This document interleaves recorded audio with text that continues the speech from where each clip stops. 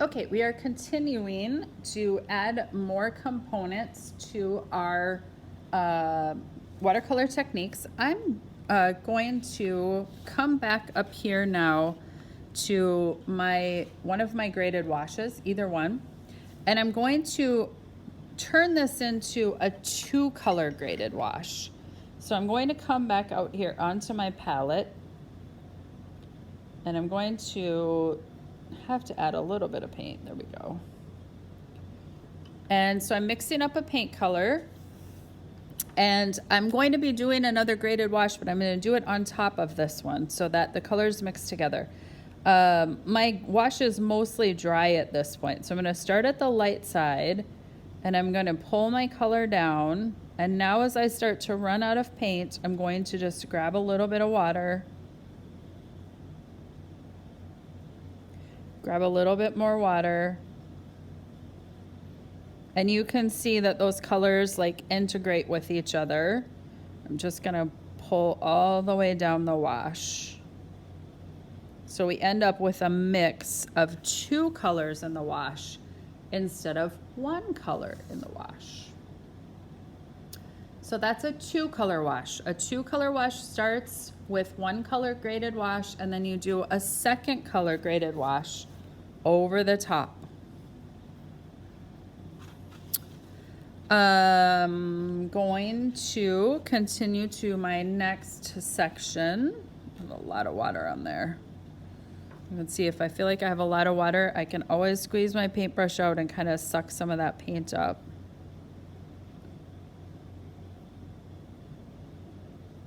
I always try not to fuss with it when it's wet, but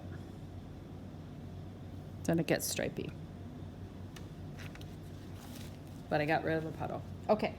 Our next technique is something called embossing. So I'm gonna get a color ready. Again, it doesn't matter what color you use. Gotta find a dark.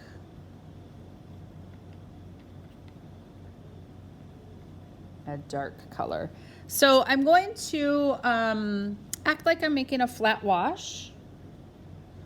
So I'm going to flat wash this section. Flat wash.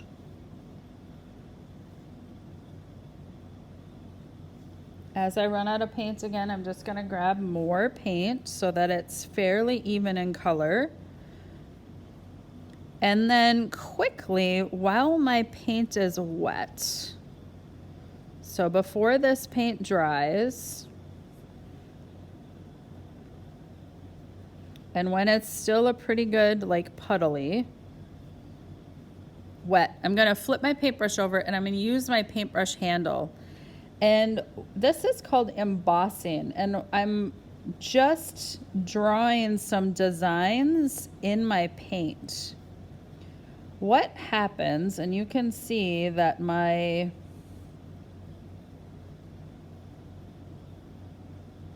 what happens when we do this, so you can see my lines are showing up darker than the paint color. What happens when I roll my paintbrush over the paper is the paper is flat like this right now, and when I put my paintbrush on, I make a little dent in the sheet, and that dent then fills with a puddle of watercolor. So the dent will always be darker than your wash.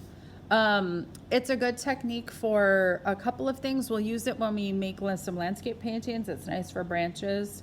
It can work for the edges of things. The problem with it, we'll use it when we do hair and portraits. The only caution I have for you is there's no way to take it back. So I always recommend that it gets done kind of sparingly in a painting, and that you add as you go, because I can't erase dents in a piece of paper, right? Those dents are permanent. So once I've used my paintbrush to push that paper down, that paper is going to stay down, and it won't change anything. All right, next square, and you're going to want to have a napkin or a paper towel ready, a dry one. So it can be a napkin, it can be paper towel, whatever you're going to do. I'm going to paint this just my next section in my, on my sheet. I'm gonna mix up paint again, making sure that I have enough of a puddle. And we're gonna start talking about the different ways we can lift paint or change paint.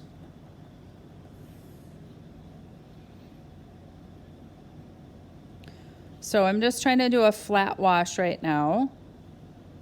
You could do a graded wash if you want. Like, practice whichever one of these is most tricky for you. So you can see, even if I add just a little bit of water right now, this like last little section will get a little lighter than where I started. So anytime you add water, your paint color is going to get lighter. What I'm going to do now, this is called a paper towel lift off. And so I'm going to kind of crumple my paper towel so that it has like weird texture lumps. And now what I'm going to do is I'm just going to hold this very carefully, and on my wet watercolor, I am going to gently, I don't want to flatten out that texture. I want to leave that texture. And you'll see like where the paper towel touched my paper, it lifted off the color, but where it didn't touch the paper, it doesn't lift off. So I can do that again. So you can see I'm making a lot of wrinkles in my paper towel. I'm taking it to my wet wash, and I'm just lifting off these strange shapes. This is called paper towel lift off. We'll use a variation of this to make clouds when we paint landscapes next week. It works really well for that. Like, I can even take my paper towel now and kind of try to lift something that looks maybe a little more like clouds. But if you have problems getting this to work, one of two things happens. Thing one, if your wash is too watery and too wet, the dry spaces don't stay. They like just meld back together. The other thing too, the reason too that it doesn't work is you just have a flat spot on your paper towel. Like if I put my paper towel down like this all flat, I'm not gonna lift any texture. There's no texture here to lift, right? It's just a big flat spot. I'm just gonna make a flat mark in my paint. Or your wash is too dry. You don't have enough water in the wash itself for these kind of texture pieces to show up. I love paper towel lift off. We use it all the time. It's one of my favorite techniques. It makes it very interesting. Let's see. Here's the next type of lift. So I'm going to go back now to one of my dry sections. So I'm kind of testing which one is dry. I will need a clean water and a clean paper towel for this. Watercolor paint is not permanent paint, and so what I can do is I can take my paintbrush and I'm going to squeeze it mostly dry with my paper towel, and now I am just rubbing, like you can see, kind of painting back and forth here on this circle that I had my flat wash. And now what I'm going to do is just push straight down with the paper towel. Straight down. Don't rub with the paper towel. You'll wreck your paper. And you can see I lifted off a white section. So this works really well for like if we're making a landscape painting, that you can soften water. You can alter your clouds. It also is a way that if you realize you have over painted something, that you can get back something close to white paper. So if I've made a mistake, I can rub it out. But it's always good to remember that watercolor paint is not permanent paint. So you can see I've made all kinds of stripes in this sphere using my paintbrush. So it has to be clean water. It has to be squeezed dry. So this squeezing dry part is like super important. And then it's just me like running my paintbrush back and forth in the same spot. And then taking the paper towel and pushing it straight down. Do not rub with your paper towel. You will wreck the paper. But ta-da, paper towel, or that's brush lift off. This was paper towel lift. This is brush lift. All right. One more. And then there's a bonus round video. This one we're gonna do, it's called glazing. So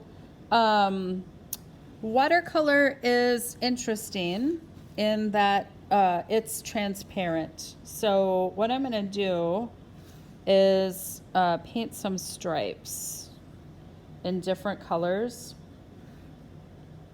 on this section. Because watercolor is transparent, I'm gonna go ahead and paint. So I'm gonna leave part of this white, and I'm putting a couple of different colors of stripes on here. Watercolor is transparent, and I showed you that the color moves with the color. So here are my clean stripes. I'm gonna let this dry for a little bit. And so if you can see how vibrant this yellow is, if, for instance, I put the same yellow stripe over here on my green, like graded wash, you will see these two are the exact same color. But because the background has already been painted on this one, the color shows up different. This property is called glazing, and it is something we'll use very often in a painting. If you want a full glaze effect, you have to wait until the bottom is dry. I'm gonna now go the opposite way with some different colors on this one here, and you'll see the wet into wet impact on glazing. So I'm gonna start here with orange, and I'm gonna go across my stripes. And you'll see that where the paint is not dry, my stripes bleed into each other, but that the color also changes, okay? So this is wet into wet glazing, this is dry glazing. So I could do the same thing over here that I did before, and I could take up my stripe, and again, it will pick up this color where the wet is, but you can see how different that orange stripe looks over here on the green versus the orange stripe over here on the clean space. Another thing I can show you on the clean space is something called dry brush. So I now have most of my paint squeezed out of my paintbrush, and I can go in and get a very tiny amount of paint. And my paintbrush, you only have one paintbrush. You might be thinking that's kind of limiting. If I move my hand back and push very, very lightly, I can get a tiny little line out of this paintbrush. This technique is called dry brush. I have almost no water. The more I press, the bigger my line is. The more upright and the lighter I press, the lighter my line is. And we will use this for like tiny details. Like you can see, even though I'm using watercolor, I can write letters. And this is how we'll finish paintings. Like you want control. Big spaces are these big washes, small spaces, tiny details require control. And in order to control the watercolor, you need a dry brush technique.